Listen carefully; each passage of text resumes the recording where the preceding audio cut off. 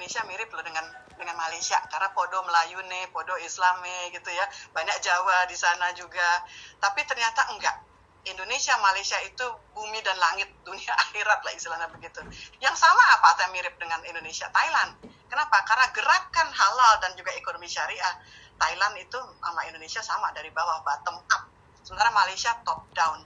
Kemudian saya karena punya background ilmu hukum seperti Bu Titu juga gitu ya, saya tentu akan melirik lagi dengan pendekatan ilmu konstitusi. Gimana sih waktu lahir Malaysia, bagaimana lahirnya Thailand, bagaimana lahir Indonesia? Ternyata emang Thailand begitu lahir, basisnya adalah di Islamic Kingdom. Boleh 5 menit lagi, Mbak Ica. 5 menit lagi.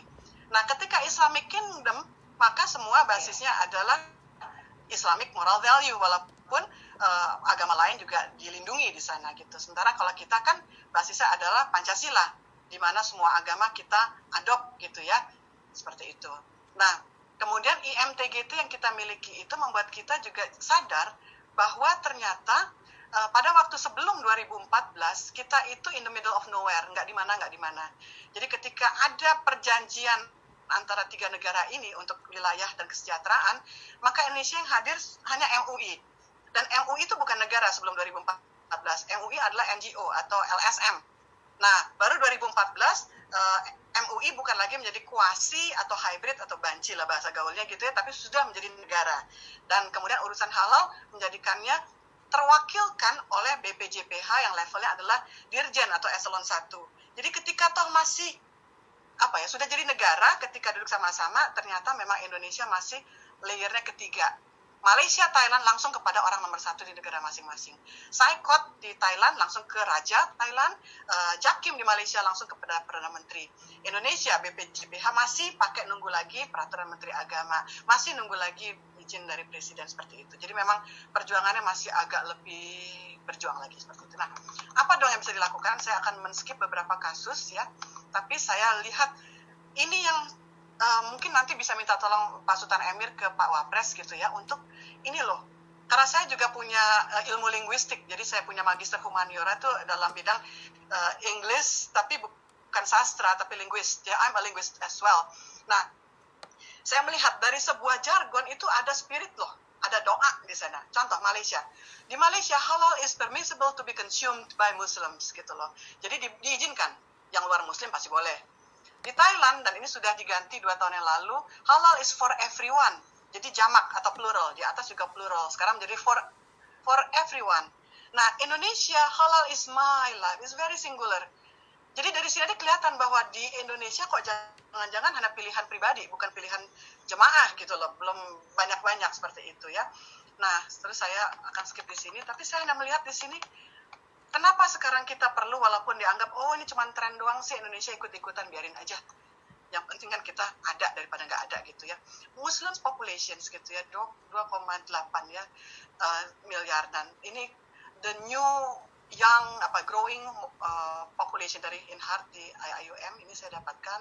Terus juga pergerakan terhadap industri halal ini sekian banyak, luar biasa.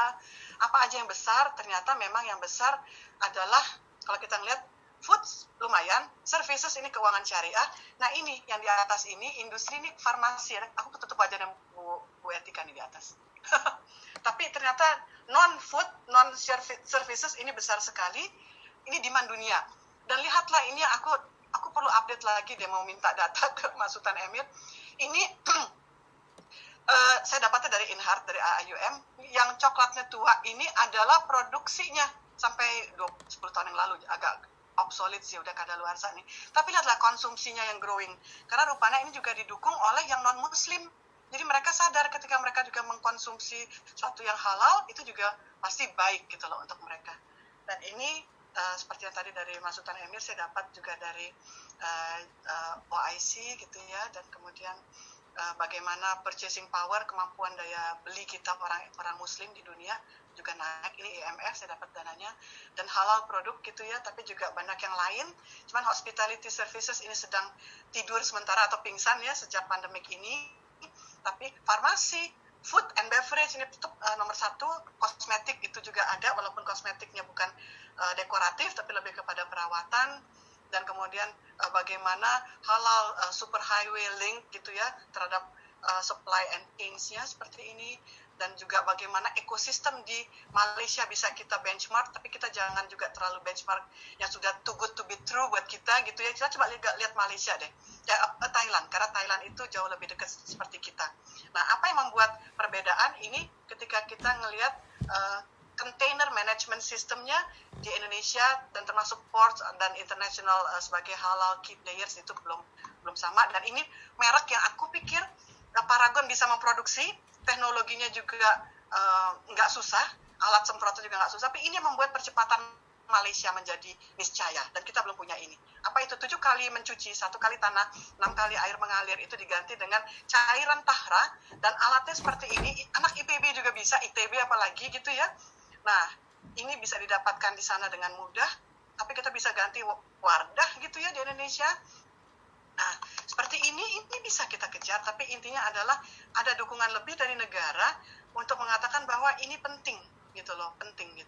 Dan diaspora di Malaysia, Thailand itu Indonesian descent, satu masih WNI, orang Padang, lahir di Medan, Profesor Irwandi Jaswir, temannya kita semua nih, kesayangan gitu ya. Yang satu lagi cucunya Kiai Haji Ahmad Dahlan, tapi lahir di Bangkok, warga negara Thailand, tapi dia hanya merasa punya darah Indonesia.